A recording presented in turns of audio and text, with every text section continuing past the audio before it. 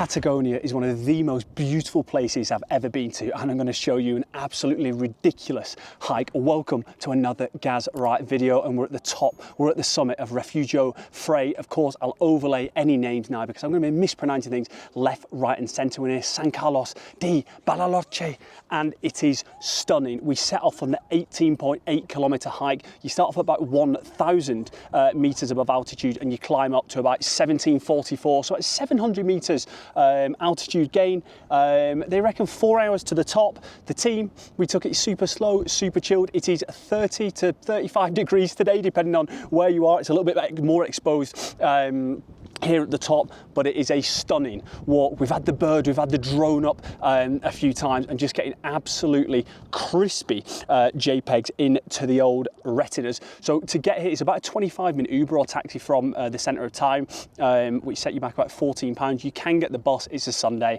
reduced service. So the team thought, you know, the bougie backpackers, get us up the mountain or get us to the base of the mountain as quickly as possible. There's a massive car park in Shoes Town at the start, so if you need drinks, supplies, and it's a super easy route. Like, you cannot go wrong the whole way up. There's these little blue markers and signs saying Refugio Frey. So yeah, all you do is pretty much just go uphill the whole way. We set off at 12, so obviously just having an absolute nightmare as usual. The team, the Ginger and the Northerner, just out in the baking heat. We checked the weather at one point. It's 35 degrees. Emma's got the worst burn from yesterday ever. However, we battled our way. I'd say the first 2 hours are undulating, fairly flat to be honest, and then the last hour and a quarter is an absolute kicker uphill. You have like pretty much like 600 out of the 744 meters elevation gain going into the bones all at once, but it's beautiful views. You have like the lake, the center of towns, the mountains, the snow, everything as you're kind of walking up and hiking up, and it's absolutely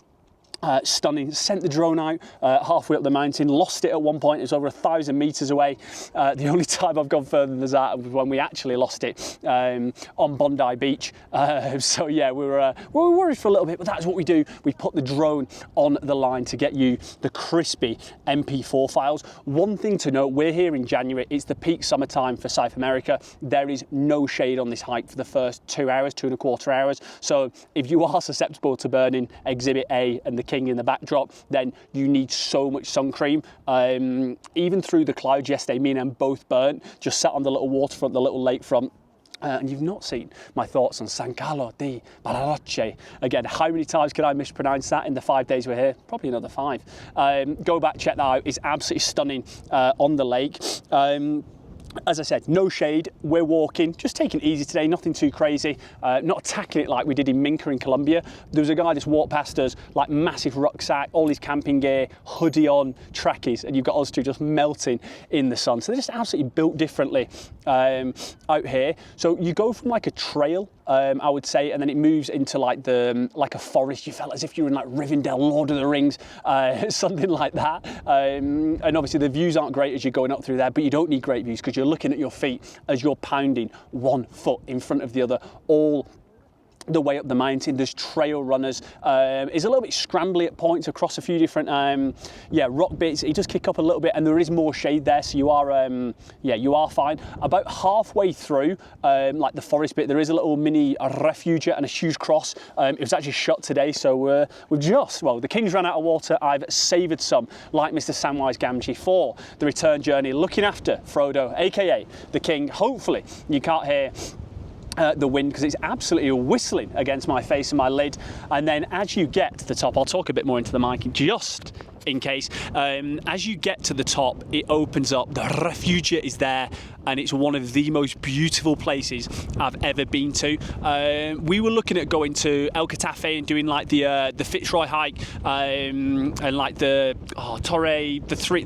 Basically, the view here is very, very similar to that. I've not been down there, so I can't really compare and say is it more or less beautiful. I think here is a lot quieter in comparison to people I've spoke to. That is kind of like the main place to go. We didn't go there, one, for logistic reasons. We're going to lose 2 days in the travel, and like it was like triple the cost. So we thought, we'll come here, and you know what? It's absolutely delivered. Like, it's stunning from start to finish. 90% of the people who are up here are actually camping, which I do not know about that. You basically just get your tent, pitch up on the rock side, And yeah, you're just denned in for the evening. I feel as if this is one of those places where, I guess it is peak summer still, but there's bloody snow left, right and centre, which means it's bloody cold up here. So I think when the sun goes down, I think it will get pretty chilly, similar to when the team were up in the hills in Guatemala, Acatenango. And I was just chatting to some Argentinian people who are from the mighty Buenos Aires. One River Plate fan, one Boca Juniors fan. Obviously River Plate selling their best players to City, Alvarez, and a few more recent signings, things you love to see. However, we digress from the old point. But yeah, they're camping up here. I think it's pretty expensive to camp. I think it was like 150 or 200 quid or something like that, which I'd like to say is pretty less than ideal to be in a camping tent. But basically, I was telling them about Guatemala, Acatenango, the sunrise hike there. So if you've only just tuned in, this is your first time watching on the channel, go back and watch that, the volcano sunrise hike or the Acatenango climb. It is absolutely phenomenal. I'm going to say it's different to this because this, you're seeing the snow, the mountains, you're in the 30-degree heat, and it's just pure blue sunshine in the backdrop. The other one seemed like more of a sentimental achievement, one because I feel a lot more difficult, but we also got my mum up there as well. The things you love to see. And then up at the top here is just absolutely stunning. Me and Em did a hike in Andorra a few years ago, very much reminiscent of that, or myself and Crab Crest Hike Stoos in Switzerland. The wind is battering in, so if you're not hearing this is an advert for the old Osmo Pocket filtering out that and making it just absolutely delicious on the old eardrums. But yeah, it took us about 3 hours and a quarter. The guide time is 4 hours, the average time. If I wasn't taking like drone videos and we weren't, do you know what I mean, stopping and walking a little bit slower, I reckon you could easy box this off in 2 hours, 2.25 hours, no problem. And then, yeah, like I say, the top bit, it's just absolutely ruthless scenery. When somebody said to me, Patagonia, Argentina, this is what you picture. Beautiful mountains, blue skies in the backdrop. You've got the sun, you've got the snow. You just got a little bit of everything. We've got people sledging or sliding down the snow, which seems crazy because yeah, I think it's like 33 degrees up here, and then the water yeah, coming down from the mountains. I'm going to say, are they glaciers? Nah, a bit of snow melt, you know what I mean? That is my geography skills. I've been losing it by the day. Not studied geography for a little while, but however, Leeds Uni, hell of a place, hell of a degree. Shout out to Wiggles, of course. And the water here, yeah, is absolutely beautiful, crystal clear. See straight through it, ruthless scenery. You can get in, you can swim, you can have an absolutely phenomenal time. So yeah, for me, would highly recommend the hike. I would say it's a moderate hike. I don't think it's that difficult personally, but then again, if you've got absolutely terrible VO2, if you've got absolutely terrible pins on you, then you're going to find it a little bit more difficult. But yeah, stunning hike. We've got to make our way down. Everyone that's like hiking up now is camping here. Luckily, we set off at 12. I think it's about 4 o'clock now. I've been chilling. We need to get some more water. But the sun doesn't set here till like 9:30 tonight. I think with the mountains, maybe 8:30. So hopefully the team, we make it that far. No, we'll be fine. We'll be a lot faster on the way down. The first bit on the way down is a little bit more technical, the rocks, the crossing of the river. But when you get to that bottom bit and it's just all trail, you can absolutely float down that at ridiculous speed. So yeah, for me, 10 out of 10 day, ruthless scenery, ruthless views.